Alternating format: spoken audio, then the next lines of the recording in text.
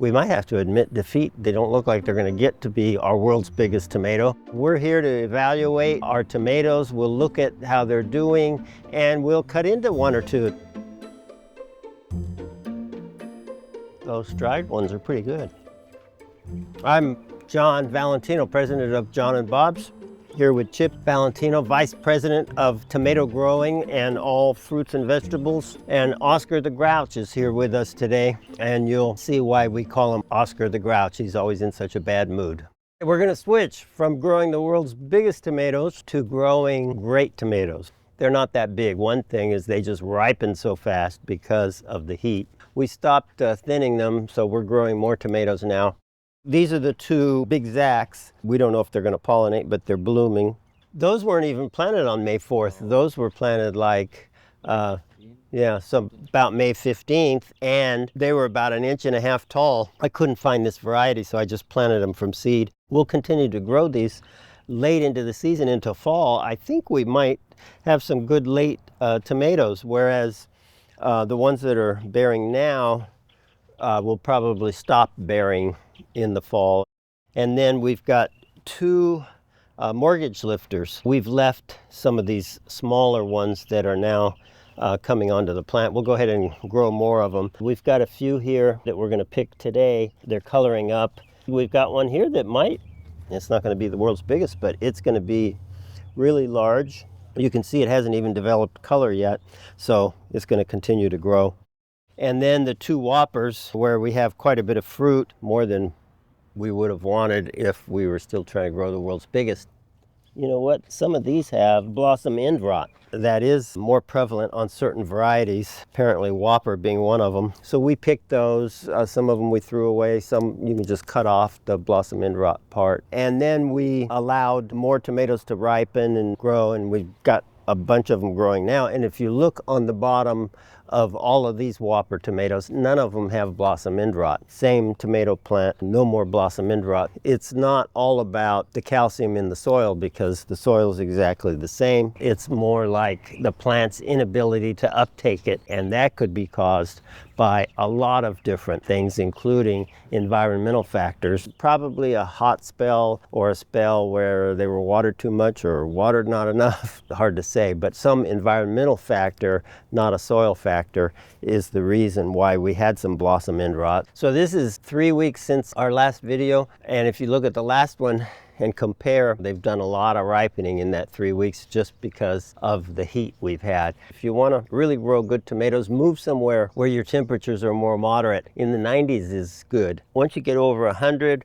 tomatoes do have some problems with blooming, producing tomatoes, problems just with the viability of the plant. Oscar was telling me he changed the watering practice. He was watering every other day, and when it got to be so hot, he was watering every day. Now, when you water every day, you still need to be careful how you do that. You need to make sure you have good drainage and you don't have waterlogged soil, so it needs to drain well. And he has very fertile, well-drained soil because we've used our blend and our Penetrate Liquid Biotiller. So you guys ready to taste? We're ready to taste it. All right. We predict a delicious tomato. Nice looking. You can see that the color. You guys wait maybe a couple days. We could have left it on there another day or two. Mm-hmm. So let's see what Mortgage Lifter tastes like.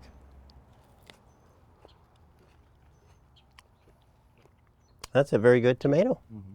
Very juicy, but not mealy. It has a good texture. Shows great promise, except it's not the world's biggest. I think it's good for a Mexican salsa. Good for Mexican salsa. What would be your recipe to put with the tomatoes for Mexican salsa? Onions, cilantro, and jalapeno. Mm-hmm. I think he's got to make it for us. Yeah. Oh yeah. Next time when you guys come over. Mortgage Lifter that we just picked, first harvest. What do you think? You'd rather have the hamburger it goes on? Somewhat successful, but failed on the world's biggest. But we'll keep growing this one. Don't pick this one until we come back, and then we'll weigh it, and that's going to be our candidate. 1 week later, we're back here with Oscar the Grouch again, looking at our world's biggest tomato. Brendan always tells me he wants to include our mistakes, that mistakes make great videos. And I try not to make mistakes, so we never have any great videos. We might have a colossal mistake here. We gotta weigh it. We brought the scale. The world's biggest tomato is over 11 pounds. So this is a mortgage lifter. Very nice size. We could have let it ripen a little more, but it's nice and ripe. There it is, the world's biggest tomato. Are you ready for the big moment when we weigh it? What's that? Let's try to understand the scale before we say 9.6 ounces, 0.6 of a pound. The world's biggest that we were shooting for is over 11 pounds. So here's what we're gonna do. We're gonna document it. We're gonna keep that in our archives. Next year, we're gonna try again. We're gonna change our techniques.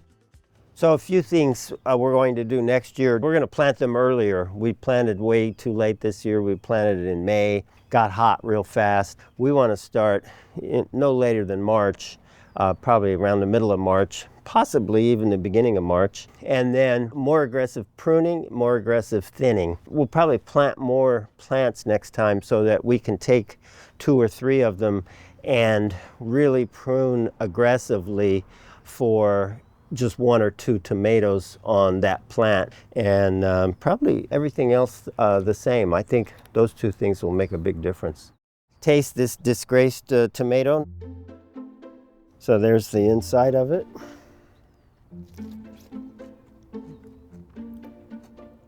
This is a very good tomato. I think this guy need more days. We could have left it on the vine another week, I think, or we could pick it and just let it sit on the counter and it would ripen. We were too eager to pick our world's biggest tomato. If you like this video, like it, comment below, and subscribe, and tell everyone you know to subscribe. Oscar, thank you for your help. You ready for next year? All the time. Okay, so he's ready to go, but we gotta wait a few months. I ate your corn that you gave me last week. It was delicious. Thank you very much for your help.